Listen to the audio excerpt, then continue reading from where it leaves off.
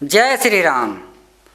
आज दशहरा का पावन पर्व है। इसी पावन पर्व पर भगवान श्री राम ने रावण को मार करके संसार को अधर्म से मुक्ति दिलाई थी और भगवान राम ने धर्म का, न्याय का, मर्यादा का संसार को एक तोहफा दिया था और संसार इस मर्यादा में रह कर के आगे के लिए चल पड़ा था। तो आज हम आपके लिए लेकर आए हैं दशहरे पर कुछ ऐसे टोटके उपाय जिनसे कि आप अपने जीवन को खुशहाल कर सकें। जिन लोगों का रोजगार नहीं चल रहा है या जो लोग कर्ज से ज़्यादा फंसे हुए हैं, कर्ज के मकड़ जाल में ऐसे घुस गए हैं, फंस गए हैं कि उन्हें किधर भी चारों ओर अघोर घनघोर अंधकार दिखाई दे रहा और कहीं से भी एक आस की किरण नहीं दिखाई दे रही है।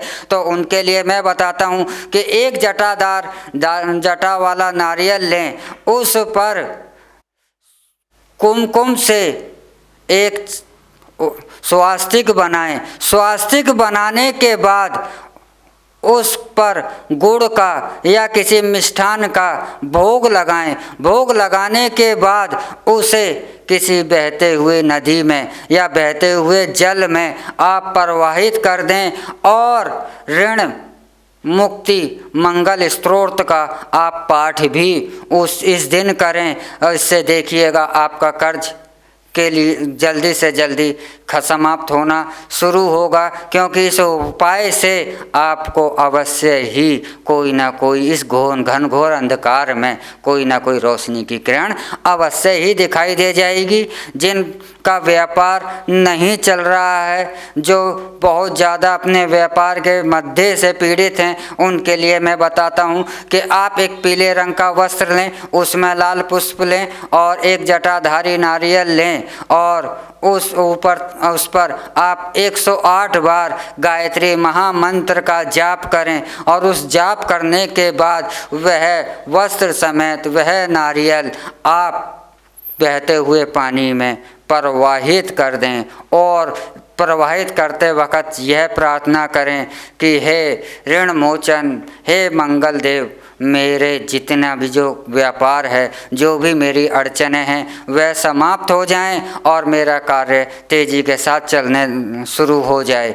और अपने द्वार पर एक अपने जो आपका मुख्य द्वार है, जो कारोबार का जो मुख्य द्वार है, इस द्वार पर आप एक काली हल्दी का टुकड़ा लेकर के उसे लाल कपड़े में बांध करके अपने मुख्य द्वार पर आप उसे लटका दें, जिससे कि आपका कारोबार तत्काल कुछ तेज़ी के साथ चलना लगेगा और आपके जो धन का जो संकट आ रहा है वह भी दूर हो करके घर में सुख और शांति और खुशहाली का जीवन आपको मिलने लगेगा।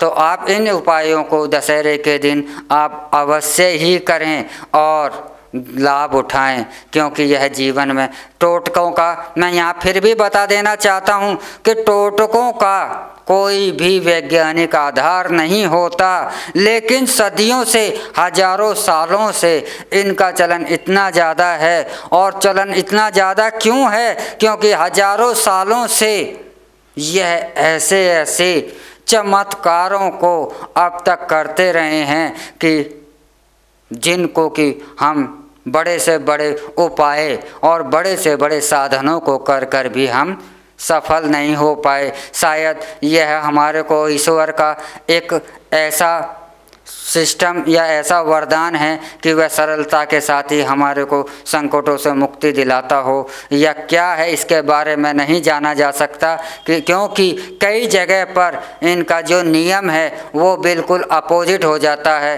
कि उत्तर, जिस प्रकार कहा जाता है कि उत्तर और दक्षिण नहीं मिल पाते, तो इसे कभी कभी इन टोटकों के अंदर ऐसे भी विधान हैं कि जो कि उत्तर दक्षिण की तरह दिखाई पड़ते हैं, लेकिन जो कि मेल नहीं दिखाई दे पड़ते, बेमेल नहीं दिखाई देते, लेकिन वह कार्य अपवाद के रूप में ऐसा करते हैं जो कि बहुत बड़ी सफलता को दिला देते हैं। लेकिन मैं बस टोटकों का करने का एक ही नियम है, आप यह ध्यान रखिएगा, जब भी आपको कोई टोटका कर रहे हैं तो वह अनटोका हो, आपको उस क्रिया को करते वक्त कोई टोके ना। और दूसरा, आपके हृदय में पूर्ण श्रद्धा हो कि मेरा काम अवश्य होगा। तो अवश्य ही होगा। बस यही इनका नियम है। तो आप इन टोटकों को कर जो आर्थिक संकट से, धनाभाव से जो लोग जूझ रहे हैं, उनके लिए यह टोटके वरदान साबित होंगे।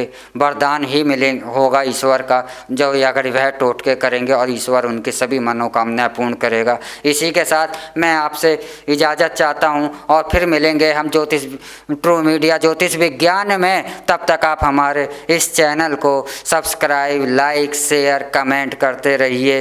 नमस्कार, जय श्री राम।